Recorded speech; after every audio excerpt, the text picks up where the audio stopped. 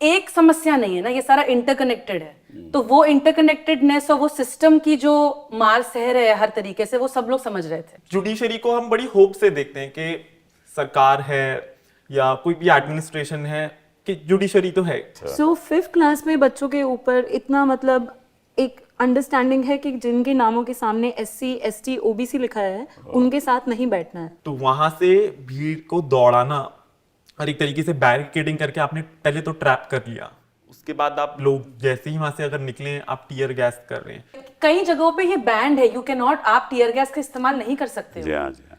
आप chemical warfare कर रहे हो, आप लोगों को आपको वेस्ट के नीचे, कमर के नीचे, पैरों पे मारना होता है, आप लोगों को सर पे मार रहे हो। या आप अगर कुछ नहीं होता तो लोग प्यास भूख के मारे ही गिर जाते, क्योंकि सब कुछ बंद था, हमारे पास पानी नहीं था। तो फिर मैं एक दूसरे को लोगों को पूछते हुए देखी थी कि पानी है, किसी के पास पानी है, 2-2 बूंद लोग एक दूसरे से पानी मांग रहे थे।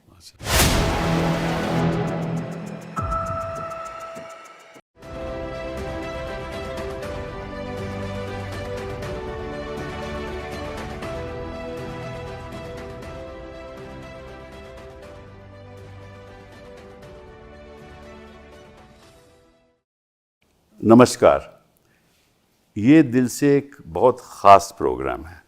ख़ास क्यों है मैं अभी बताऊंगा आपको।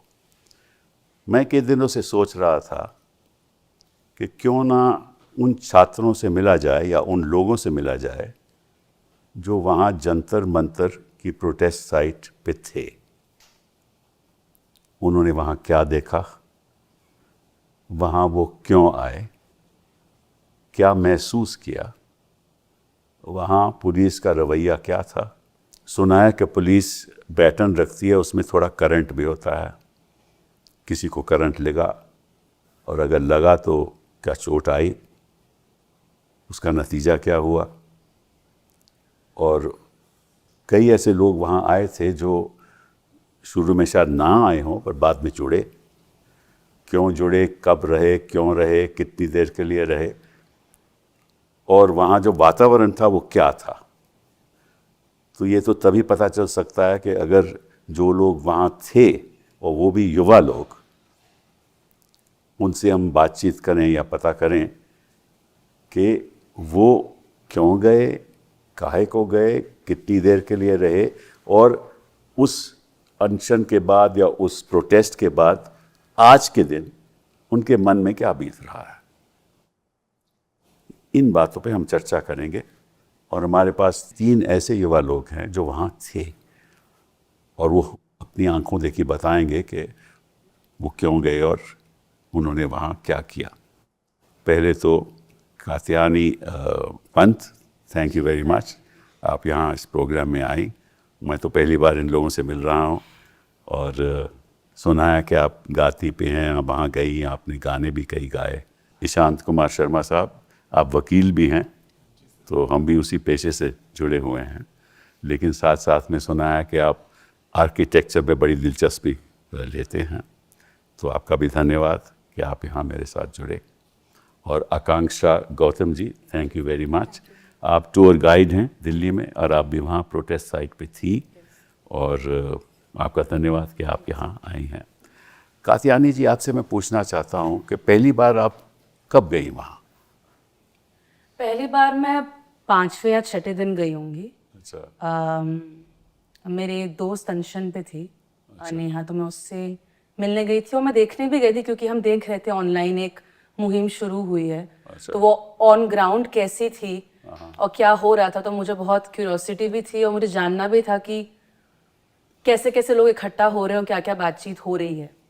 तो मैं एक तरह से अपनी सॉलिडारिटी दर्ज करने गई थी, देखने गई थी क्या हो रहा है और क्या नहीं हो रहा है।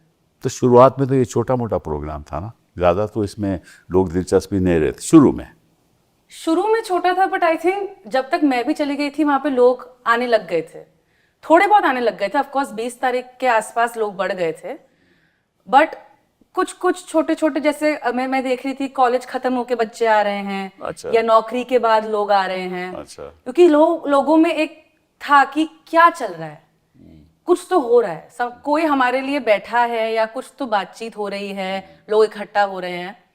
तो आई थिंक लोग कहीं और ना जाके मुझे लग रहा था लोग यहाँ आ रहे हैं, चाहे थोड़े से संकोच से आ रहे हैं कि थोड़े डर से भी आ रहे हैं, पर आ जरूर रहे थे। बट इससे क्या इसलिए आ रहे हैं क्योंकि जो पेपर लीक का मुद्दा है ये एक बहुत एक ऐसा मुद्दा था, सब लोग उससे जुड़ रहे थे, या पेपर लीक के अलावा भी उनके मन में था कि नहीं ये जो शासन है ये सही नहीं है, गलत रास्ते पे चल रहा है और हमारे भविष्य को खतरा है, ये थी भावना?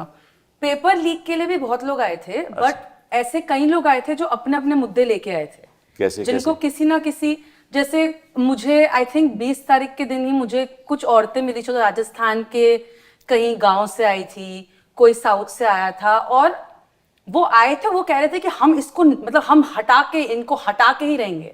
और उनका कोई नीड से उनको कुछ महसूस हुआ था कि कुछ गलत हो रहा है, या उनका कोई मुद्दा शायद उनके बच्चे के साथ या उनके साथ, या सिर्फ एक समस्या नहीं है ना, ये सारा इंटरकनेक्टेड है। तो वो इंटरकनेक्टेडनेस और वो सिस्टम की जो मार सह रहे हैं हर तरीके से, वो सब लोग समझ रहे थे कि पेपर लीक भी है, जो औरतों के साथ जो केसेस बढ़ रहे हैं वो भी है, जो बहुत सारे लोग अपने अपने, इनफैक्ट 20 तारीख तक आप देखेंगे कि बहुत लोग अपने अपने अलग स्टॉल भी खड़े करके बैठे थे। किसी की आई डोंट रिमेम्बर कौन इंसान थे, बट किसी की शायद डेथ हो गई थी कहीं पर, तो और उनका एक अलग था, उनके अलग लोग थे। तो एक आंदोलन ने या एक मूवमेंट ने और कई लोगों को एक प्रेरणा दी बोलने की। अच्छा, तो बहुत लोग आ रहे थे। तो ईशान, आप काहे को वहाँ गए और कब गए? मैं जंतर मंतर या जो टॉलस्टॉय रोड है, अक्सर आप मुझे वहीं पाएंगे। इस प्रोटेस्ट के पहले भी बात, परमानेंट साइट है मतलब? हाँ, परमानेंट साइट है वहाँ पर। तो जब ये शुरुआत हुई इसकी चीज, बहुत सी बात जो कात्यायनी ने बोली, उससे थोड़ा सा हम पीछे जाएं कि जो जुडिशरी की तरफ से एक बयान आया कॉकरोच को लेकर, ऑनलाइन ये पार्टी बनी, तो ये गुस्सा वहां से शुरू हुआ। और क्योंकि मैं एक वकील, क्यों गुस्सा इसलिए शुरू हुआ क्योंकि मैं और इसको एक पर्सनल उस पर लेकर जाऊं, मैंने अपनी लॉ की डिग्री जो है जैसे सूर्यकांत से ली पिछले साल, जब एज अ चीफ जस्टिस। उससे पहले वो विजिटर थे, हमारी यूनिवर्सिटी में भी प्रोटेस्ट हुए, उस समय वो हमारे विजिटर थे, मैंने उनसे डिग्री ली दिसंबर में। और फिर एक बतौर लॉयर मैंने जब उनके जुडिशरी से आता हुआ एक बयान सुना इस तरीके से, अब वो कहते हैं कि मेरा बयान हाँ, वो एक्सप्लेनेशन अब वो दे सकते तोड़ हैं, मरोड़ के मैंने, ये मेरा मकसद नहीं था। हाँ, वो ठीक बात है, बट जुडिशरी को हम बड़ी होप से देखते हैं कि सरकार है या कोई भी एडमिनिस्ट्रेशन है, कि जुडिशरी तो है, कोर्ट में तो हम जा ही सकते हैं। एज अ लॉयर इस चीज को शायद मैं और एक बेहतर उससे समझता हूँ कि कोर्ट कितना कुछ कर सकते हैं जनता के लिए, अगर कहीं कुछ नहीं है, और करते आए हैं। तो वहां से एक ऐसा बयान आना, तो वो एक उम्मीद तोड़ देने वाला किस्म का बयान था। तो आप इसलिए वहां गए थे? नहीं, इसकी शुरुआत वहां से हुई, और वो कहीं ना कहीं मुझे भी लगा कि अब अगर वहीं से इस तरीके के बयान आ रहे हैं तो फिर हम कहाँ उम्मीद करें। तो वहीं घूमते हुए जब धीरे धीरे सीजेपी का जैसे उन्होंने वहां पर इकट्ठा होना शुरू हुआ, तो इसमें एक और बात है कि अभी जैसे कात्यायनी कह रही थी कि वहां पर बहुत सारे लोग अलग अलग अपने मुद्दों से जुड़े हुए थे। शायद मेरी पीढ़ी के लोग ये इस चीज को नहीं समझते कि जंतर मंतर सिर्फ सीजेपी के प्रोटेस्ट के लिए सिर्फ प्रोटेस्ट साइट नहीं है। वहां पर अगर शायद कुछ लोग उस तरीके का समर्थन नहीं दिखाया गया ट्रांस बिल को लेकर, मैं वहां भी गए, आप कभी भी जाएं जंतर मंतर, वहां आपको 4-10 लोग अपने अलग अलग मुद्दे, गिग वर्कर्स वहां पर कब से इकट्ठे हैं।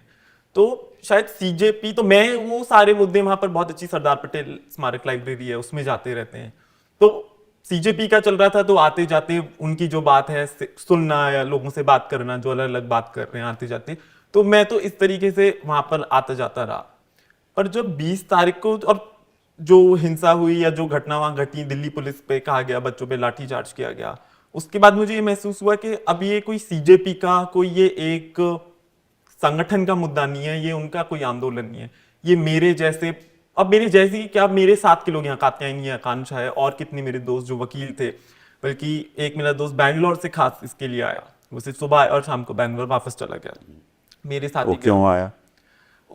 क्योंकि यही एक भावना कि अगर हमारे लिए कोई रिट्रेसल का ऑप्शन ही नहीं है, हम अपनी बात कहें किसको, सरकार इतने लंबे समय से नहीं सुन रही। सीजेपी का जब आंदोलन ये ऑनलाइन ही सिर्फ खड़ा हुआ, सरकार ने हर तरीके से कोशिश करी कि इनका ट्विटर बैन किया जाए, इनको मलाइन किया जाए पब्लिक में, या आइडेंटिटी के बेसिस पे बोला जाए ये इस तरीके के लोग हैं। तो नीट एग्जाम से जुड़ा हुआ नहीं था ये केवल? केवल नीट एग्जाम से जुड़ा हुआ नहीं था, क्योंकि पब्लिक में ये बात शायद इतनी है नहीं कि इस साल जो सुप्रीम कोर्ट में लॉ रिसर्चर का एग्जाम हुआ, वो एग्जाम जो सुप्रीम कोर्ट की रजिस्ट्री कराती है, उसमें खुद इतनी इश्यूज थे जो कि मैंने खुद दिया और जो कि एक बहुत छोटा उसका नंबर ऑफ पीपल हैं जो अपीयर होते हैं नीट से, वो कुछ भी नहीं है, 7-8 हजार लोग हैं, और वो ऑनलाइन टेस्ट था, एमसीक्यू था, उसमें बहुत सारी इरेगुलरिटीज थी। बाद में कोर्ट ने बोला हाँ इनको वेरीफाई करेंगे, उसके बाद तक भी लोग जो final result bar council exam में भी धांधलेबाजी होती है। हाँ, मुझे पिछले नहीं साल मालूम, हुआ था। बट लोग तो ये कहते अगर हैं सुप्रीम तो अभी नीट के बाद इस गुजरात में अभी पीछे ही हुआ, फिर उत्तराखंड में हुआ, ये तो रोज के रोज वही चलता ना, तो रहता अगर है। सुप्रीम कोर्ट जैसा संस्थान से एक ऐसा स्टेटमेंट आ रहा है सीजीआई के द्वारा, उसके बाद एक एग्जाम जहां पर्सनली मैं देख रहा हूँ सुप्रीम कोर्ट खुद करा रहा है, रजिस्ट्री करा रही है उस एग्जाम को, और उसमें भी एक तरीके से भरोसा नहीं रहा है, तो फिर कहाँ भरोसा, किसकी ओर हम देखें, किससे हम उम्मीद करें। तो मेरे जाने का मोटिवेशन यही था कि कोई उम्मीद, इसके अलावा कोई उम्मीद नहीं दिखती अगर अब हम अपने लिए खुद नहीं बोलेंगे अपनी आवाज में। आकांक्षा जी, आप क्यों गई, कैसे गई, कब गई? सर, एक तो जो कॉकरोचेस वाला कमेंट आया था, I think I took it way personally, it did hit me because I work as a tour guide, जैसा आप बता रहे थे, पर वो सब मेरी ज़िंदगी में इसलिए हो रहा है क्योंकि मुझे अपने आप को सस्टेन करना है। And for 4 years I am a drop out from 2 colleges। एक टाइम पर मैं 4 साल एलिमेंट्री एजुकेशन पढ़ रही थी, एंड उस टाइम पे because I got to go into like a traditional school, an alternative school, NGO. Why were you drop out? I dropped out in my last year because I was clinically depressed and I was really short on attendance. And again, ये एक बहुत बड़ा उस time पे मेरे लिए personally बहुत बड़ी बात थी, क्योंकि जब हम क्लासरूम में जाते हैं तो हम बोलते हैं कि हमें सारे बच्चों के मेंटल स्टेट्स को कंसिडर करना है, we have to consider the any illness if our learners are going through. पर जब मैं खुद जाके अपने टीचर्स से इस बारे में बात कर रही हूँ तो उस चीज़ को कंसिडर नहीं किया गया, क्योंकि rules require you to be present 75% of the times, right. So anyway, उन 4 सालों के टाइम पे when I was going to NDMC का स्कूल में अगर आप जाके देखें या फिर एक ऑल्टरनेटिव स्कूल में जाके देखें, ज़मीन आसमान का फर्क है। एंड उस टाइम पे मैंने रियलाइज़ किया कि हमें कितनी सारी चीज़ें नहीं मिली हैं। I have been schooled in KVs and some private schools, वहाँ पर भी बहुत डिफरेंस है। और हालांकि एक टाइम पर मतलब मेरे पापा की पूरी सैलरी जो है वो सिर्फ पढ़ाई पर ही जा रही है, उन्होंने बहुत मेहनत करके मेरे को एक प्राइवेट स्कूल में डाला, पर वहाँ पे भी I am feeling out of the place, क्योंकि I am coming from a certain class and also a certain caste. आप लाइक इमेजिन करिए कि 5th क्लास में, because I am AA Akanksha, I am always roll number 1, and that's been like a curse in my life in a way that I'm always on the top। and in 5th standard मतलब बच्चों के अंदर You are targeted target number 1 for also everything. in the attendance everyone's category is marked in front of their name with a red pen। so 5th class में बच्चों के ऊपर इतना मतलब एक अंडरस्टैंडिंग है कि जिनके नामों के सामने SC ST OBC लिखा है उनके साथ नहीं बैठना है। So I am facing like these things from a very early on, and I have felt like always enraged तो ये with the system। कौन से स्कूलों में ये ऐसी I'm talking about the private school I was in। अच्छा। KV में I felt कहाँ, फिर कौन से नाम ना लो स्कूल का, किस जगह? फरीदाबाद में थे। And KVs में I have been into 2 KVs, संगम विहार, पुष्प विहार। दोनों KVs में I felt more belonged, and the only reason was कि वहाँ पर मैं बच्चों की क्लास एंड कास्ट दोनों से रिलेट कर पा रही हूँ। वहाँ पे कोई भयंकर डिफरेंस नहीं है, जहाँ की प्राइवेट स्कूल्स में मेरे पास किस तरीके का बैग है, किस तरीके का ज्योमेट्री बॉक्स है, all of these things are like considered, right. तो बचपन से ही I think like I had this thing, and then eventually during graduation when I got to see different kind of schools, I really felt that it's unfair। It's unfair to anyone who cannot go to an alternative school। And when the comment about cockroaches came about, I just felt, because every time I'm in like no justice anywhere। yes, this is like hopeless situation, because there's, as Ishant was saying, there's one institution where you want to keep your hope in, and that is saying that you are cockroaches and you are good for nothing। So I also personally felt enraged, and second reason I was drawn to the protest was Abhijit Didke, for sure, because for the longest period of time I have not seen any person from Dalit community rise up and become face of something।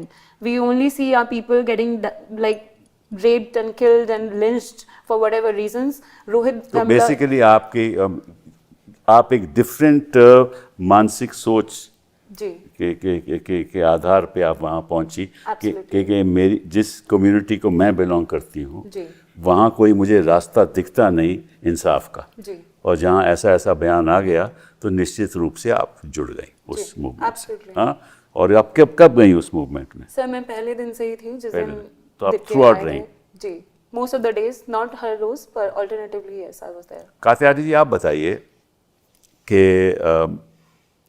आपका profession क्या है? मैं एक कलाकार हूँ, एक facilitator हूँ, तो मैं गाती हूँ, थिएटर करती हूँ, नाटक बनाती हूँ, अच्छा, और बच्चों के साथ काम करती हूँ, संस्थाओं के साथ काम करती हूँ थिएटर और म्यूजिक को लेकर। तो आप थिएटर म्यूजिक को लेकर अगर करती हैं तो फिर आप वहाँ क्यों गई? क्योंकि थिएटर और म्यूजिक हमारे प्रांत में बहुत मतलब एकदम उसके बेडरॉक में जुड़ा हुआ है रेजिस्टेंस के साथ। अच्छा, it has always been around, चाहे आप इप्टा को देख लीजिए हम या देखेंगे। हाँ, तो आप या तो लाजिम है कि अंग्रेजों हम के भी- जमाने में देख लीजिए लाजिम या है कि इप्टा हम के भी टाइम। देखेंगे। हाँ, तो गानों से लोगों को वो ऊर्जा मिलती है जो उनको मतलब इतने गाने जो हमने गाए इस प्रोटेस्ट पे भी पहले भी गाए आपने गाने? हाँ हाँ गाए। अच्छा, वाह। तो कई बार देखा कि गा रहे हैं तो सामने से कॉल एंड रिस्पॉन्स हो रहा है। तो इफ अगर मैं कुछ गा रही हूँ तो कोई और उसमें उठा ले रहा है, या कितने गाने ऑन द स्पॉट ही बन रहे थे। लोगों को जो जो चिंताएं थी, जो जो शंकाएं थी, वो मुझे कह रहे कि अरे ये तो मैं बोला आप गाइए ना, तो फिर वो गा रहे हैं। अच्छा। तो वो कह रहे नहीं आप गाओ। मैंने कहा हम मतलब सब it is a space that everybody, सब लोग साथ में मिलकर उसको बना रहे थे। तो थिएटर और म्यूजिक हमने एक नाटक भी किया था वहां परफॉर्म, एक बेरोजगार की अधूरी लव स्टोरी। अच्छा, तो उसमें ये वाली बातें हो रही थी कि कैसे आपको एक वो भरना पड़ता है, जन्म थिएटर का नाटक है। अच्छा। पर हमने अडेप्ट किया था PSI ने। तो कैसे आप एक फॉर्म भरते हो, उसमें रोबोट वाला आपको करना पड़ता है, फिर आपका इंटरनेट चला जाता है, क्या क्या अलग अलग वो होते हैं स्टेप्स, और वो स्टेप्स कितनों के लिए कितने एक्सेसिबल है, very क्या क्या अलग अलग पॉइंट्स हैं जहां पे आप कितने लोगों को निकाल देते हो। या अभी जो NPA वगैरह है, जो सारी चीजें, वो कितने लोगों को पता है, कितना बताया जाता है। तो आई थिंक गानों के थ्रू फिर भी कहीं ना कहीं वो लोगों तक पहुंचता है। जैसे वोटों में कई नाम डिलीट हो जाते हैं, हाँ, डिलीट हो जाते हैं, किए जा रहे हैं, जो दोनों चीजें हैं। हाँ, तो लोगों को पता ही नहीं है, हमें पता ही नहीं, हमें पता ही नहीं। कोई लोग आके दिखा रहे हैं अपना कार्ड, कह रहे हैं अच्छा हम मर गए हैं क्या? बोले आप तो हो ही नहीं, आपका तो निधन हो गया है। तो किसी के पास इंटरनेट है तो वो बार बार रिफ्रेश करके अपना लॉगिन कर सकते हैं, जिस पे इंटरनेट नहीं है फिर वो रुकते हैं, वो कहीं जाते हैं। कितने लोग बाहर जाके किसी सेंटर में, कोचिंग सेंटर में जाके अपना भरते हैं। तो ये कितना फॉरगिवन है हमारे सिस्टम्स के लिए कि हाँ ये तो भर सकते हैं, तो आसान है।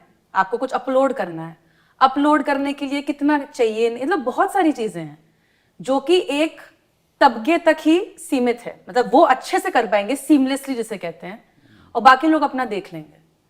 तो एनीवे गानों का ये है कि घंटे, 2-2 घंटे, 3-3 घंटे हम गा रहे थे, नाटक कर रहे थे। जब मैं 2-3 दिन बाद गई तो लोगों को याद था आपने ये वाला गाना गाया था, अच्छा, ये वाला नाटक किया था। अच्छा। एक लड़की थी जिसने सरकार का किरदार किया था, तो उसे लोग कह रहे थे अरे ये देखिए सरकार ये रही। अच्छा। तो उसको एक विलन के उसमें थोड़ा देख रहे थे। या जो कैपिटलिज्म का रोल जिसने किया था, पूंजीवाद का, उसको देख रहे थे ये रहा पूंजीवाद। अच्छा। तो people were able to connect. कहीं ना कहीं पॉलिसी के जो नोट्स हैं या जो अलग अलग क्लॉजेज हैं चीजों में, लॉ में भी है, वो मतलब सब लोग नहीं पढ़ते। जिनको रुचि होती है वो कहीं ना कहीं जाते हैं, पढ़ते हैं, बट कितना कितना एक्सेसिबल हो जाता है गाना, थिएटर, और सबकी जुबान में मुझे लगता है कहीं ना कहीं चढ़ जाता है कोई एक गाना। तो रामेश सुना दीजिए, कोई अच्छा। छोटा सा गाना सुना दीजिए। तो हमने गाना गाया था हिल्ले ले जगजोड़, ये मतलब लैंड राइट्स के उससे भी आता है, लैंड राइट्स। हाँ, पर हमने इसको थोड़ा सा अडेप्ट किया था इसके लिए। तो हमने अलग अलग अपनी लाइनें करी थी कि हिल्ले ले जगजोड़, हिल्ले ले जगजोड़, हिल्ले ले जगजोड़ दुनिया, अरे डह गए ट्रम्प वाओ, डह गए मोदी, अरे डह गए ट्रम्प वाओ, डह गए मोदी, अरे डहे पूरे आरएसएस का बागीचा, हिले ले जग जोड़। अच्छा, ऐसे भी तो कहा, इसका रिएक्शन क्या था? आप गा रहे बहुत बढ़िया। फिर लोग अपने अपने शब्द डाल रहे हैं कि ये भी ढह जाए, ये कोई न्यूज चैनल ढह जाए, कोई एंकर जो गोदी मीडिया का एंकर है वो ढह जाए, ये ढह जाए, वो ढह जाए। तो गोदी मीडिया के एंकर वहाँ आते थे? आते थे ना, आपने रील देखी? मैंने देखा। हाँ। फिर उनके बगल में लोग खड़े होकर कह रहे हैं गोदी मीडिया, गोदी मीडिया। तो वो खड़े हुए हैं, वो आंखें नहीं मिला रहे, वो आंखें मीजे हुए हैं थोड़ी सी अपने। निशांत, आकिबत यहाँ से शुरू करते हुए कात्यायनी ने कहा गोदी मीडिया के एंकर आ रहे थे। वो एंकर उसमें देखेंगे जो चेहरे हैं गोदी मीडिया के, या जो इन सारे न्यूज चैनल के चेहरे हैं, उनमें से कोई वहां नहीं था, ना ही वो रिपोर्टर। सिर्फ रिपोर्टर। जो चेहरे हैं वो उनमें से आपको कोई नहीं दिखाई देगा। आप अभी भी फुटेज देखिए, उनकी रिपोर्टिंग देखिए आप वहां से, आपको वहां कोई, क्योंकि इंटरनेट ब्लॉकेज चल रहा था, वहां पर कोई ओबी वैन्स नहीं थी, किसी तरीके की लाइव रिपोर्टिंग नहीं थी मीडिया की तरफ से, जो उनकी एक नैतिक जिम्मेदारी है।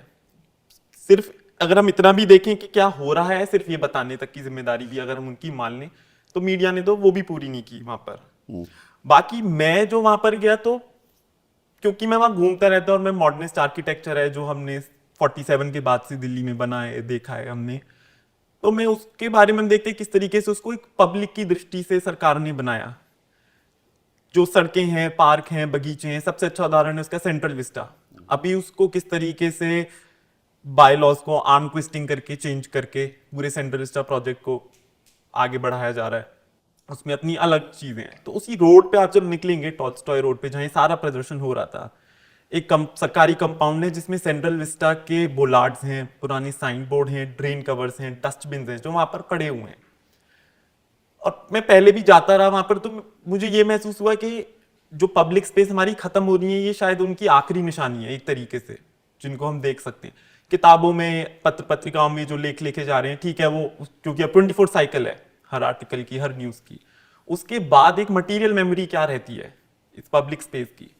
और तो वो कंपाउंड को मैं हमेशा निकलते बढ़ते मैंने तस्वीरें ली, और क्योंकि वो कंपाउंड एक ऐसी जगह पे, अगर आप उस कंपाउंड के बाहर से जब जाएंगे और आप पीछे मुड़कर देखेंगे, तो आपको पीछे स्टेट ट्रेडिंग कॉर्पोरेशन दिखाई देती है, करेक्ट। और जब उसको मैं देखता हूँ, और मैं यहाँ पर ये सारा मलबा मैंने देखा सेंट्रल विस्टा का, तो यही बात आई मेरे दिमाग में बार बार कि ये जितनी भी इमारतें हैं, इनकी तो एक शायद सिर्फ एक पॉलिटिकल लाइफ है, इनकी कोई पब्लिक लाइफ नहीं है कि ये पब्लिक के लिए है, आम जनता के लिए। जब तक वो एक शायद सरकारी नैरेटिव, एक पॉलिटिकल नैरेटिव को सूट कर लिए, शायद इस ट्रेड ट्रेडिंग कॉर्पोरेशन ये खड़ी है। कल को जवाहर व्यापार भवन नाम है, वो सूट नहीं करेगा, शायद ये भी यहीं दिखाई देगी इसी कंपाउंड में। तो जब मैंने देखा कि किस तरीके से वो स्पेस को रिक्लेम किया मेरे जैसे लोगों ने, जो इंपीरियल होटल की दीवार है कि 21वीं सदी में आज भी एक होटल है कि जिसका हम इंपीरियल साम्राज्यवादी शब्द जिसमें इस्तेमाल कर रहे हैं, उसकी दीवार मैंने शायद कभी भी इन प्रोटेस्ट से पहले उस पर मैंने एक धूल, एक तिनका कुछ नहीं देखा उस पर। इस बार देखा, इस बार वो पूरी दीवार रंगी हुई थी, वो मणिपुर की बातों से रंगी हुई थी, वो जनता का जो सरकार के प्रति आक्रोश था उससे रंगी हुई थी। उससे ही थोड़ा आगे जंतर मंतर को जिस तरीके से पब्लिक ने रिक्लेम किया, जंतर मंतर मेरे लिए तो एक यही प्रतीक है, एक रैशनल थिंकिंग, साइंटिफिक टेम्पर, जिन आदर्शों को लेकर शायद इस देश की शुरुआत हुई थी, पर आज वो हर जगह से खत्म हो रहे हैं। तो एक ऐसी स्पेस को रिक्लेम पब्लिक ने किया जो साइंटिफिक टेम्पर, जो शायद नहीं चाह रही सरकार कि इसको और आगे बढ़ाया जाए, इन मूल्यों को, इन आदर्शों को। और उसी के बाद फिर हम देख रहे हैं कि एक बोर्ड लगा हुआ है संसद मार्ग का, शायद जो उससे बड़ा कोई जनता के लिए कोई प्रतीक ही नहीं है जनता का, कि जनता क्या चाहती है और जनता क्या है। और उससे भी बढ़िया कि आप देखेंगे जितनी दिल्ली पुलिस की बैरिकेडिंग थी, रैपिड एक्शन फोर्स थी, सीआरपीएफ, उनके ठीक ऊपर एमडीएमसी की बिल्डिंग है, पालिका केंद्र, जो जंतर मंतर से इंस्पायर्ड है। और वहां इसी सरकार ने महात्मा गांधी की एक म्यूरल लगाया 2019 में। तो ऐसा लग रहा है महात्मा गांधी देख रहे हैं, जो सरकार जितना प्रचार कर रही है कि ये सब हो रहा है, यहाँ पर सब कुछ चल रहा है, वो मुझे इस सब चीज में लगा कि सही मायने में शायद हमने अब इन चीजों का, वो संसद मार्ग का साइन बोर्ड है, ये जंतर मंतर है, ये पीरियल होटल है, वो सेंट्रल विस्टा का जो मलबा है, इनको शायद अब सही मायने में मेरी पीढ़ी या मेरी जनरेशन अब समझ रही है, जो शायद मुझे लगता था कि हम नहीं समझते। हम तो इसका मतलब ये हुआ कि आप जैसे लोग जब वहाँ गए तो आपके मन में अपने नए नए किस्म के मुद्दे थे, हाँ, राइट?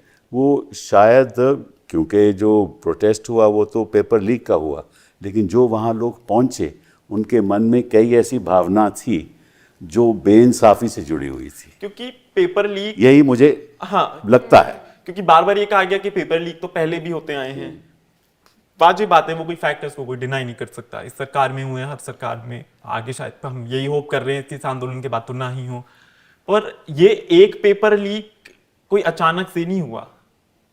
न्यू एजुकेशन पॉलिसी है हमारी, जिस तरीके से एनटीए का गठन किया गया इतने विरोध के बाद, अब यूजीसी और जो और रेगुलेटरी बॉडीज हैं उनको खत्म किया जा रहा है। तो इससे ये एक नीट पेपर लीक की समस्या सिर्फ आगे बढ़नी है, इसके हमें और अलग रूप स्वरूप तरीकों में ये दिखना है। ये नीट पेपर लीक तो सिर्फ शिक्षा का ढांचा का समस्या है कि हाँ, ये उसी 100 समस्याओं की सिर्फ एक समस्या है जिसको शायद जनता की उस तरीके से आवाज मिली। आकांक्षा। सर मैंने जब ड्रॉप आउट किया था तो मेरे अंदर जिद थी कि मुझे अपना आर्ट करना है। एंड उस टाइम पे मैं एक चीज़ करना शुरू किया था मैंने, जिसको ब्लैकआउट पोइट्री कहते हैं। हाँ। तो मैं लगभग पिछले 1-2 सालों से ब्लैकआउट पोइट्री न्यूज़पेपर्स पे कर रही हूँ। ब्लैकआउट पोएट्री का मतलब समझा दो मुझे, नहीं मालूम। ब्लैकआउट पोइट्री बेसिकली आप एक प्रिंटेड टेक्स्ट लेते हैं, अक्सर ऐसा कुछ जिसमें ज़्यादा लिटरेरी वैल्यू नहीं है, अच्छा।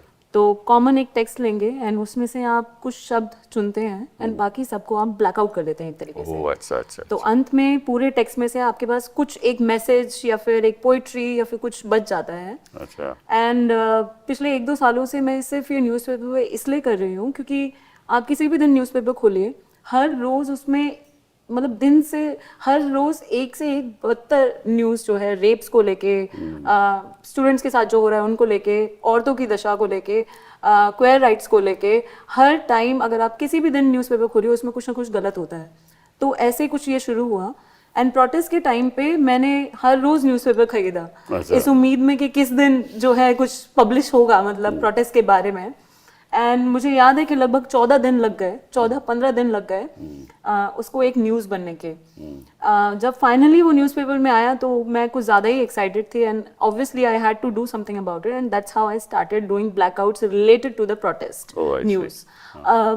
अभी हम मीडिया के बारे में बात कर रहे थे, मुझे ये लगता है कि सिर्फ टेलीविजन वाली मीडिया नहीं पर न्यूज़पेपर मीडिया जो है वो भी बहुत बायस्ड है। हाँ, वो तो है। क्योंकि अगर आप मिडिल क्लास में देखें, अक्सर लोग क्या पढ़ते हैं, Hindustan times, times of India, दोनों अखबारों में आप न्यूज़ देखेंगे तो सेम न्यूज़ है एंड बातचीत भी ऑलमोस्ट सेम ही है। कुछ ज़्यादा डिफरेंस नहीं है, सेम तरीके की बातें हो रही हैं, शब्द थोड़े अलग अलग हो जा रहे हैं, पर उसमें मेजरली हम गवर्नमेंट की तरफ से पर्सपेक्टिव देखते हैं, ना कि जनता की तरफ से। सो मेरे लिए आई थिंक वो एक इंगेज करने का एक पॉइंट था कि कैसे मैं प्रोटेस्ट को लेके ऐसे शब्द चुन पाऊँ जो कि rather than hopelessness should take us towards hope, because that's what this movement is for me. For the first time I felt like एक तो इतना बड़ा लेवल पे प्रोटेस्ट होना कि इतने सारे लोग एक साथ आ जाएं, जो नीट से जुड़े हुए हैं वो भी और जो नहीं जुड़े हैं वो भी, तो उन सबका एक साथ आना ultimately I felt like it was very empowering. वहाँ रहना भर ही मेरे लिए काफ़ी, मतलब मेरे को मजबूत किया आपको है आवाज़ एक तरीके से। मिली है। बिल्कुल बिल्कुल। और जैसा कि अभी कात्यानी बोल रही थी, मैं वहाँ पे थी जब ये गाने चल रहे थे। तो वो एक अलग ही लेवल का जोश होता है। मेरे को याद है कि 3-4 दिन तक मेरे गले की आवाज़ एकदम बैठी हुई थी, क्योंकि जोश जोश में आप घंटे 2 घंटे ऐसे नारे लगा लेते हैं, गाने गा लेते हैं। तो वो एक जो जोश था वो मतलब that was magical and I think that's why I kept going back. आपने बड़ी इम्पोर्टेंट अच्छी बात की कि भाई न्यूज़पेपर की जो भी खबरें आती हैं वो भी लगता है कि बायस्ड हैं। अभी मैं न्यूज़पेपर पढ़ रहा था जी। तो उसमें, और मुझे बड़ा दुख हुआ जब मैंने देखा कि पुलिसमैन की एक तस्वीर है, वो खून से भरा हुआ है, वो बड़े प्रोमिनेंट एरिया पे उसकी खबर आई। मुझे बड़ा बुरा लगा कि हमारे जो रक्षाकर्मी हैं उनके ऊपर ऐसे हमला हुआ। लेकिन मैंने वो तस्वीरें जो हमारे युवाओं के साथ वो नहीं आए। वो नहीं आई, तो मेरे मन में ये सवाल उठा, तो ये जो अखबार है इसने ये तो दिखा दिया, लेकिन कितने दिन से हम इंतज़ार कर रहे हैं कि जो खून खराबे हुए वहाँ, लोगों की सर पिटे गए और उनको नहीं दिखाया। तो जो आप कह रहे हो, मेरी भावना भी उसी से जुड़ी हुई है। कात्यानी जी, आपसे पूछता हूँ मैं कि चलिए 20 तारीख को, क्या आप जो बोला उसमें कुछ ऐड कर सकते प्लीज़ प्लीज़। एक्चुअली अब तो उसके बावजूद कि उसके अलावा कि वो खबरें नहीं आ रही है, अभी अभी कल आज में जो लड़कियां प्रोटेस्ट पे थी उनकी ऑनलाइन डॉक्सिंग शुरू हो गई है। मतलब उनको थ्रेट्स दिए जा रहे हैं और ये 22-23 साल के बच्चे हैं और इनको दे आर पुटिंग वो अपॉलॉजी डाल रहे हैं, अपनी माफीनामा डाल रहे हैं वीडियो डाल करके। अच्छा। तो वो देख के मुझे बहुत वो लगा क्योंकि मेरी भी 2 साल पहले ऐसी डॉक्सिंग हो चुकी है, इसलिए भी मैं इतना मतलब पर्सनल वो भी क्योंकि मेरी भी वैसी डॉक्सिंग हुई थी 10-15 दिन 2 साल पहले और इन्हीं कुछ कारणों की वजह से। तो पर तब मैं फिर भी थोड़ी बड़ी थी, ये 22-23 साल की, उसमें से एक जो है वो नाबालिग, वो तो 17 ईयर्स की है, वो अभी स्कूल में है और उसको सारे जो ऑनलाइन इनका है फौज, वो बैठ के उनकी पिक्चर वगैरह और जहां मिलेंगी वहां मार देंगे ऐसे सब लिख रहे हैं। तो वो तस्वीरें आना तो दूर की बात, एक अलग वो कि ऐसी जेंजी से अच्छा है कि ये हो ही ना, यहाँ मैंने खत्म कर देंगे। तो वो देख के बहुत दुख लग रहा है कि एक तो जो चीज हुई है वो आप कवर नहीं कर रहे हो और जो लोग जा रहे हैं कुछ कह रहे हैं वो भी नहीं, उनको आप टारगेट कर रहे हो, उनको सिंगल आउट कर रहे हो, औरतों को सिंगल आउट कर रहे हो और उनको अगर 19 साल के इंसान को आप कह दोगे कि ये तुम्हें हम मार देंगे, तुम्हें हम मोलेस्ट कर देंगे, ये कर देंगे, तो वो क्या मतलब डर जाता है इंसान के अंदर, शरीर में उसकी साइकी में एक डर बैठ जाता है। तो किन किन अलग अलग तरीकों से सिस्टम से सवाल हम पूछ रहे, तो हमको सिस्टम उल्टा ट्रॉमेटाइज कर रहा है, ना सिर्फ लाठियों से बट एक तरह का साइकोलॉजिकल वॉरफेयर भी जो अभी हो रहा है। तो उसी के लिए तो संघर्ष हो रहा था, उसी लिए तो प्रोटेस्ट हो रही थी। हाँ, तो मैं पूछ ये रहा था कि 20 तारीख को लाठीचार्ज शुरू हुआ, तो उसके बाद आपने क्या क्या हिंसा के वाक्य देखे, जरा मुझे बताइए। हिंसा के वाक्य सुने भी ज्यादा, मतलब देखे भी थोड़े बहुत, कि हमारे एक साथी थे वो स्टैम्पीड में फंस गए थे, वो गिर गए थे, तो उनके नीचे स्टैम्पीड कैसे हुई? बैरिकेड गिराया था, तो बैरिकेड के उससे फोर्स, उनको आगे से फोर्स मिला शायद पुलिस से, तो वो गिर गए। बैरिकेड के पीछे से वो लड़खड़ा के गिरे, तो 10 लोग साथ में गिरे थे। तो उसके नीचे एक लड़की थी और वो लड़की वेंटिलेटर पे थी। आई थिंक अभी वो ठीक है, मुझे पता नहीं अभी उनकी क्या स्थिति है, बट वो 5वें नंबर में थे उस गिरने पे। अच्छा। तो वो पूरे टाइम ये कहे जा रहे थे कि वो लड़की मेरे नीचे थी, वो मेरे वजन के तले वो क्रश हो गई एसेंशियली। तो और वो चीज वो बार बार दोहरा रहे थे, तो उनको किसी तरह से कंफर्ट करने का हमारे पास कोई तरीका नहीं था उस समय, या वो पुलिस उसको उनको दिख भी रही थी उसके बाद, तो वो मतलब वो बैठे थे, वो ज्यादा ऐसे दिख कोशिश कर रहे थे दबाने की, बट वो फील हो रहा था कि पुलिस ने कोई मदद नहीं की, वैसे ही बैठे रहे, खड़े रहे। और वो लड़की को किसी ने कोई सहायता नहीं की उसकी? हमने ये देखा कि बहुत सारे स्ट्रेचर पे एक के बाद एक, जहां आगे लोग चले गए थे पहला बैरिकेड गिरा करके, तो स्ट्रेचर पे एक के बाद एक लोग आ रहे थे। कोई कह रहा था ये बेहोश है, कोई कह रहा था ये मर गए। मतलब इससे पहले हम फिजिकली वो चीज को देखते, हमारे पास लोगों की कतार दिख रही थी, लोगों को उठाते हुए ले जाते हुए। अच्छा। और ये लोग ज्यादातर स्टूडेंट्स, अच्छा। या बहुत सारे बच्चे भी थे, बहुत सारे बुजुर्ग भी आए हुए थे, पर वो जाए जा रहे थे आगे। बट सामने से मुझे कोई वो नहीं दिख रहा था कि चलो शायद हम एक हल्का हाथ लगा कर ले, या कहीं हम कुछ खोल दे, कहीं जाने दे। और एक मेरी दोस्त कहीं पे हॉस्पिटल में गई थी, लेडी हार्डिंग में, तो वो ये बता रही थी दैट उसके हॉस्पिटल के कंपाउंड के सामने ही एक टीयर गैस फेंका था, तो उसको हॉस्पिटल के अंदर तक वो स्मेल आ रही थी। अच्छा। मतलब आप जो हॉस्पिटल में भी मरीज हैं, उनकी भी लाइफ को आप थ्रेटन कर रहे हो, उनकी भी लाइफ को आप स्टेक पे डाल रहे हो, क्योंकि आपको कोई चीज करनी है अब। तो क्या पता उन्हें क्या ऑलरेडी दिक्कतें हो ना हो। तो ये कुछ चीजें थी जो तो पैलेट गन जो चली, जो रैपिड एक्शन फोर्स की हाँ। चले, वो आपने देखा? मैंने देखा नहीं, बट मेरे कई लोगों ने, कई दोस्तों ने डॉक्यूमेंट किया था, पिक्चरें डाली थी, लाइव वीडियो ले करके कि अभी ये टीयर गैस डाल रहे हैं। मतलब हमको दिख रहा था बाद में जब हम गए थे, मैं थोड़ा दूर थी उससे, कि हम फिगर आउट करते, लोगों की हेल्प कर रहे थे ये देखने में, क्योंकि लोग थोड़े परेशान थे, क्योंकि यहाँ से ही बंद हो रहा था, यहाँ से ही बंद हो रहा था, कि अब यहाँ जाए या वहां जाए, क्या करे, मार्च कहाँ हो रहा है। भगदड़ हो रही थी थोड़ी। हाँ, आपने देखा ईशान? इसमें सरकारी दृष्टि से बड़े मजे की बात यह है कि मेरे जैसे लोग जो शायद उस विसिनिटी में नहीं रहते, मेट्रो बंद कर देना, पब्लिक ट्रांसपोर्ट बंद कर देना सरकार की दृष्टि से बड़े मजेदार तरीके से बहुत कारगर साबित हुआ, क्योंकि इस तरीके से जो जंतर मंतर से कुछ दूरी पे रहते हैं जिन्हें मेट्रो यूज करना होता है वो पहुंच ही नहीं पाए, और क्योंकि इंटरनेट भी बंद था तो आप वहां पर ओला, उबर या किस तरीके का ऐप भी यूज नहीं कर सकते। पर जो कुछ मेरे दोस्त पहुंचे, जो वकील ही हैं, वो वहां पहुंचे, उन्होंने डॉक्यूमेंट भी किया, और टियर गैस सिर्फ जो है वो जंतर मंतर या उसके आसपास नहीं हुआ, वो जनपद रोड तक हुआ। और वहां पर जो टियर गैस हो रहा था तो बचने के लिए और कोई उससे तरीका ना देखते हुए जो कैफे थे, जो दुकानें हैं पूरे जनपद पे, लोगों को उसमें जाना पड़ा। उसमें मेरी दोस्त भी गई और वो अभी तक जो टियर गैस इनहेल करने से जो अभी तक रेस्पिरेटरी इश्यूज हैं उससे डील कर रही है अभी तक। हाँ, लाठी चार्ज हुआ, उसमें उसके एंकल पर चोट आई, और ये उसने डॉक्यूमेंट भी किया कि किस तरीके से वो भाग रहे, क्योंकि जंतर मंतर से जनपद रोड तक कोई बहुत छोटा डिस्टेंस नहीं है, वो पूरी टॉलस्टॉय रोड से आना, तो वहां से भीड़ को दौड़ाना और एक तरीके से बैरिकेडिंग करके आपने पहले तो ट्रैप कर लिया, उसके बाद आप लोग जैसे ही वहां से अगर निकले आप टीयर गैस कर रहे हैं। तो इस सब में जो सवाल बार बार आ रहा है कि भाई कारण क्या था।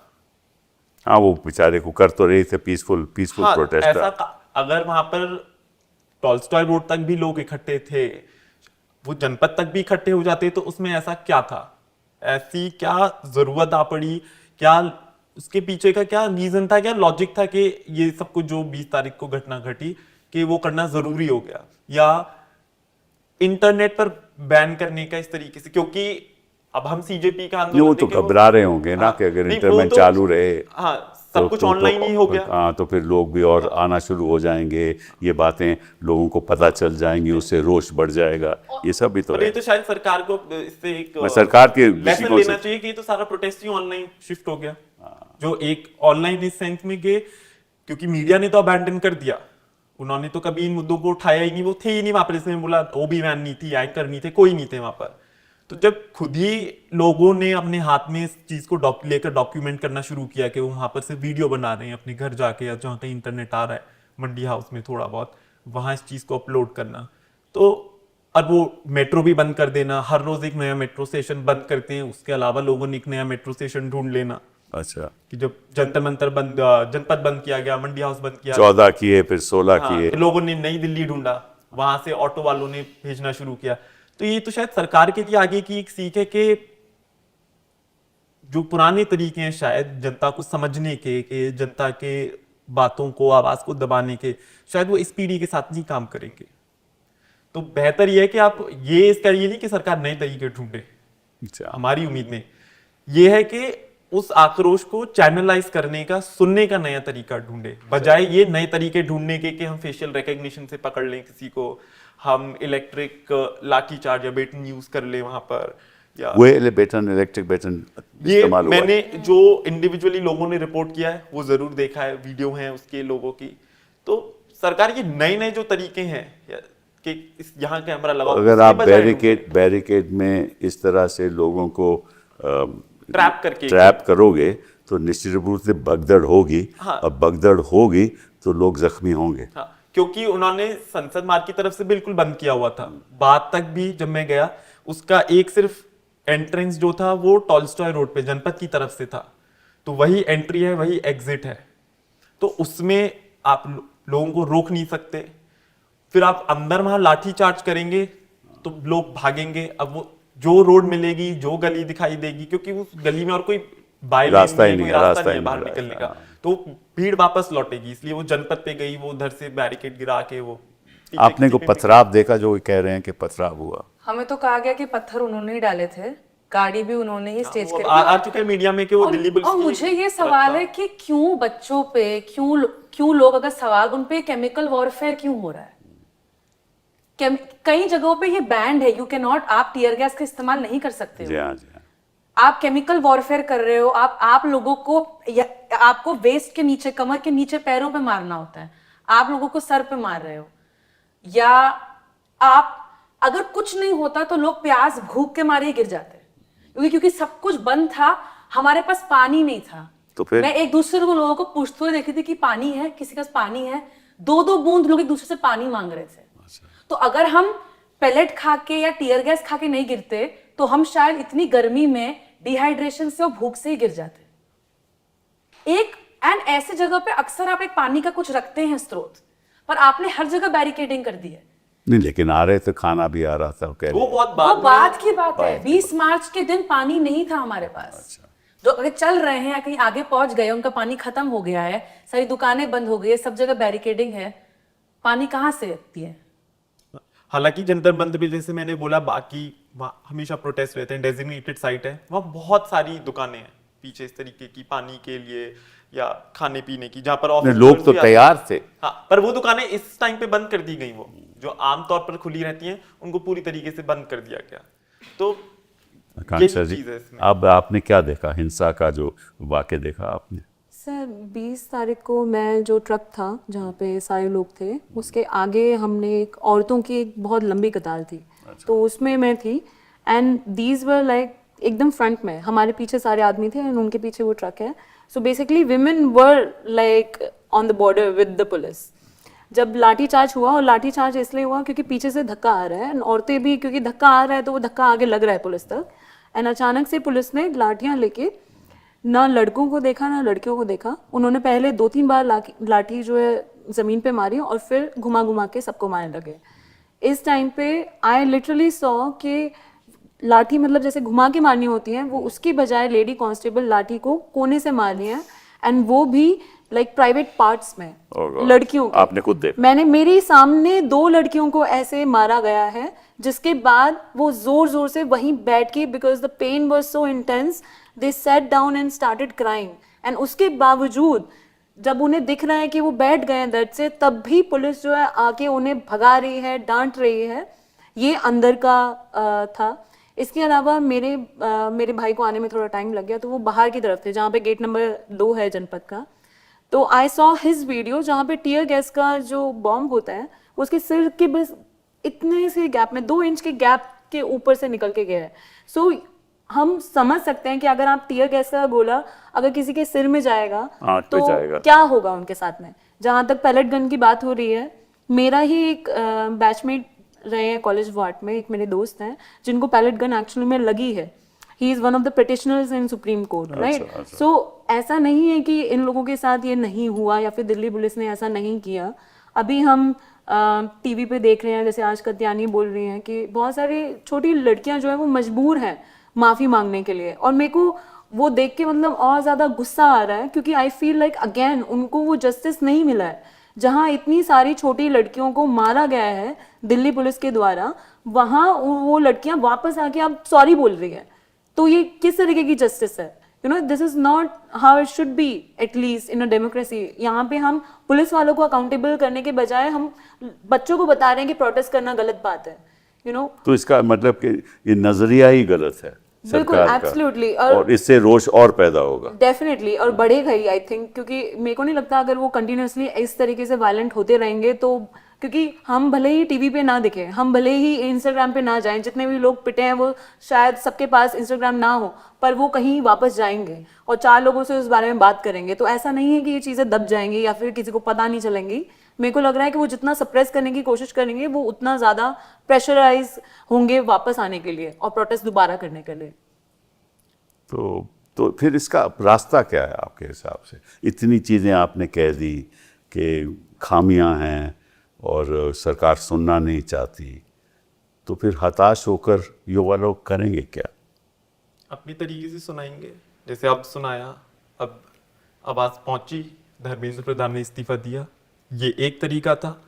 सरकार नए तरीके ला रही है ना सुनने के, हम और नए तरीके ढूंढेंगे अपनी बात सुनाने के। क्योंकि इसमें एक बड़ी मजेदार बात जो इस प्रोटेस्ट की रही कि सरकार कह रही है डिजिटल इंडिया, पर इंटरनेट बंद कर दो, पब्लिक ट्रांसपोर्ट बढ़ाएंगे हम, अर्बन कनेक्टिविटी बढ़ाएंगे, पर मेट्रो बंद कर दो, मेक इन इंडिया बनाएंगे हम, डिफेंस प्रोडक्शन बढ़ाएंगे, पर टीयर गैस ही एक्सपायर्ड है हमारी, है ना? तो ये सरकार को भी शायद एक, हमारा नीति आयोग है, सरकार कहती है थिंक टैंक है, क्योंकि प्लानिंग कमीशन तो किसी काम का नहीं था, तो ये शायद नीति आयोग को ने बहुत अच्छा एक वर्किंग पेपर, एक स्टडी निकालनी चाहिए सरकार के पॉइंट ऑफ व्यू से कि हम क्या कहते हैं और हमने क्या किया। तो वो बहुत एक अच्छा तरीका सरकार के लिए है। अपनी ही नीतियों को आगे बढ़ाने के लिए। हम नहीं कह रहे आप हमारी बात सुने, आप जो मारे गए लोग, जिन हर्ट हुए या जो कुछ भी हुआ, कि आप अपनी ही नीतियों पे एक रिव्यू के लिए, कि बहुत अच्छा है तरीका। आप कह रहे हैं कि स्किल इंडिया की आप बात कर रहे हैं, पर स्किल्स तो सिर्फ लाठीचार्ज ही दिख रहा है आपकी तरफ से, सरकार की तरफ से। आप नारी शक्ति वंदन अधिनियम की बात कर रहे हैं, कांक्षा ने बताया किस तरीके से महिलाओं को प्रोटेस्ट में उसके बाद, या कात्यायनी का विलिफाई कर रहे हैं आप, कि हम डिलिमिटेशन में हम बढ़ाना चाहते हैं सबकी रिप्रेजेंटेशन। पर जो सबसे बड़ा सेगमेंट है आज यूथ, आप बात सुनना छोड़िए, आप तो उनको चाहते हैं कि बस लाठी चार्ज करो, खत्म करो, ये होने ही नहीं चाहिए यहाँ पर। तो ये सरकार की नीतियों के लिए अपनी सेल्फ असेसमेंट या एक रिव्यू के लिए एक बहुत अच्छा मौका है ये प्रोटेस्ट। तो हम क्या करेंगे, क्या आगे रहेगा, वो एक बहुत सारे उसमें रास्ते हैं आगे देखने के लिए। पर मेरा सुझाव सरकार को यही है कि वो इस चीज में बढ़िया एक अपना रिव्यू करें अपनी नीतियों का, कि सारी स्कीम प्रोग्राम में के क्या किया जा सकता कात्यायनी, क्या लगता है आपको? जैसे एक चीज है एजिटेट, एजुकेट, ऑर्गेनाइज। तो एजिटेट तो हमने किया है, पर हमको जरूरत है कि हम ऑर्गेनाइज भी हो, साथ में भी आए। जैसे बहुत लेफ्ट के संगठन भी जुड़े थे इसके साथ, अब वो सारे साथ में आ रहे हैं। बहुत लोग अलग अलग तरीकों से आ रहे हैं, और प्रोटेस्ट भी हुए बीच में अभी पिछले 5-6 दिनों में जंतर मंतर पे। तो एक और चीज वहां करने की कोशिश करी थी, एक रीडिंग कॉर्नर बनाने की कोशिश करी थी with in the protest area only, but उसको पुलिस ने निकाल दिया। क्योंकि जितने भी प्रोटेस्टर्स आ रहे थे ना, ऑफ कोर्स बहुत ऐसे भी लोग आए थे जिनको पता है क्या है नीट है, बट कुछ लोग ये देख रहे कुछ हो रहा है, तो उनके लिए जगह हो कि उन्हें पता चले कि एग्जैक्टली किन किन तरीकों से हमारे हक छीने गए हैं, एग्जैक्टली क्या क्या हमारे हक है और हम कैसे कैसे आगे बढ़ सकते हैं। क्योंकि लोगों को अक्सर नहीं पता होता है कि अच्छा ये चीजें हम कर सकते हैं, या इन चीजों में हम, अभी FTI का पेपर भी लीक हुआ था, आपको पता है?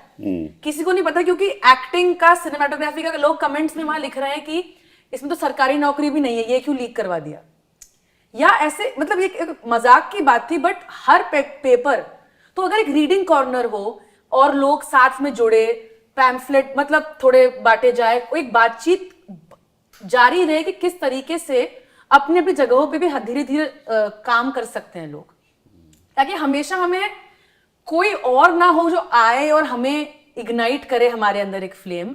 मतलब वो हमारे अंदर जगी रहनी चाहिए, इतनी चेतना हमें होनी चाहिए।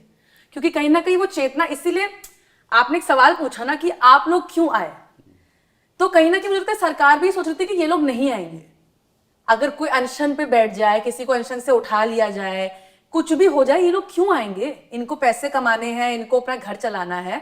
बट कहीं ना कहीं सबके अंदर कुछ ना कुछ हिला, और वो जो हिला है वो बरकरार रहना बहुत जरूरी है। तो ये बताओ मुझे कि इस समय मैंने देखा इस प्रोटेस्ट में इतने ज़्यादा गरीब बच्चे नहीं आए थे, मिडिल क्लास के लोग बहुत थे। आए थे शायद वो विजिबल नहीं रहे ऑनलाइन। पर जिस दिन मैं गया न्यू दिल्ली से एक ऑटो लेकर, उसमें वो सोनभद्र डिस्ट्रिक्ट से वो बच्चा था, और उससे बात करने पर वो मिडिल क्लास या मेरे एक क्लास के स्तर से नहीं था। उसने बताया वो वहां से आया है। और जब मैं वहां अंदर गया तो देखे बहुत सारी सरकारी स्कूल के बच्चे जिनकी छुट्टी हुई है वो वहां पर है। नहीं, वो तो ठीक है, लेकिन जो हम आर्टिकुलेशन देखी, जो लोग बोल रहे थे, बच्चियां और बच्चे बोल रहे थे, वो मिडिल क्लास से लगते थे। मैं, हो सकता है मैं गलत हूँ। नहीं सर, आप सही हैं, पर मैं ये भी बोलूँगी कि अक्सर जो बच्चे अच्छे से नहीं बोल पाते हैं, आप उनकी बाइट नहीं लेना चाहेंगे, है ना? तो वो बच्चे, और बल्कि मैं इसमें एक बात और ऐड करना चाहूँगी कि मैं पर्सनली बहुत प्रिविलेज्ड रही हूँ कि जब मैं कॉलेज में थी तो मैं ये इंसान बनी हूँ जो मैं अभी बात कर सकती हूँ। मैं बहुत ही इंट्रोवर्टेड थी पहले से, पर ये कहीं ना कहीं वो एजुकेशन की वजह से चेंज आता है, that you find your voice, कि मैं जो बोल रही हूँ उसकी भी एक इम्पोर्टेंस है। प्रोटेस्ट में जाके मेरे लिए मेरी फेवरेट चीज़ थी, लेफ्ट के जो स्टूडेंट ऑर्गेनाइजेशन है उनको तो हम देखते ही रहते हैं, कभी ना कभी प्रोटेस्ट में वो मिल ही जाते हैं, सेम लोग सेम चेहरे। पर इस बार मैंने बहुत ज़्यादा तादाद में ऐसे लोगों से बातचीत की जो कि पहली बार प्रोटेस्ट में आ रहे हैं, जिनको नहीं पता कि इससे पहले क्या प्रोटेस्ट हुए हैं और क्या गलत हुआ है, जिनको कोई आइडिया नहीं है, जो कि जैसा ईशान कह रहे हैं स्कूल छोड़ के आ रहे हैं। लेकिन जब आप उस जगह पे आ रहे हैं तो आप ना चाहते हुए भी कुछ ना कुछ सुन रहे हैं, कोई गाना सुन रहे हैं, कोई चित्र देख रहे हैं, और आप एक तरीके से एजुकेट हो रहे हैं। तो मेरी तो बस यही ख्वाहिश है कि जो एजुकेट होने का जो हमारा एक स्टार्ट हुआ है सिलसिला वो रुके ना, लोग और ज़्यादा जानने की कोशिश करें। स्पेसिफिकली जिन चीज़ों पे सरकार अड़ी हुई है उन चीज़ों को हमें ज़्यादा जानने की ज़रूरत है कि अगर कोई मामला जो है 5 साल 6 साल से अटका हुआ है तो वो क्यों अटका हुआ है, किसी को जेल में डाला गया है, क्यों डाला गया है, किस बिना पे डाला गया है। तो ये सब हमारी जिम्मेदारी है। सरकार की जिम्मेदारी तो हम देख रहे हैं वो नहीं निभा पा रहे हैं। नहीं, एक तो इतने आपकी सालों से। जिम्मेदारी है, कोर्ट्स की भी जिम्मेदारी बिल्कुल है। बिल्कुल। एंड आई थिंक लाइक कि हमारी कंट्री में डेमोक्रेसी में जैसे वहाँ भी प्रोटेस्ट में कोई बोल रहे थे कि power is with like how many heads we see here. तो एक एक इंसान वहाँ पे काउंट होता है। अगर वो 100 हैं तो भी काउंट होंगे, 1000, 10,000, 1 लाख। तो वो पावर जो है वैसे ही एक्सपोनेंशियली बढ़ रही है। तो I think I would want to see कि आने वाले फ्यूचर में भी अगर कोई प्रोटेस्ट है किसी भी चीज़ को लेके तो हम इसी ही अमाउंट में लोगों को देखें जो कि आए जनता मंतर, भले ही वो मुद्दा उनसे कनेक्टेड हो या ना हो। तो मुझे इस चर्चा से इतना मुझे लग रहा है कि लोग अपने अपने मुद्दे लेकर यहाँ आए थे। वो केवल पेपर लीक की वजह से नहीं आए थे, वो एक चिंगारी थी। और ये जो हताश हैं लोग, नाराज़ हैं लोग, निराशा से बड़े हुए हैं लोग, ये चाहते हैं कि बदलाव हो।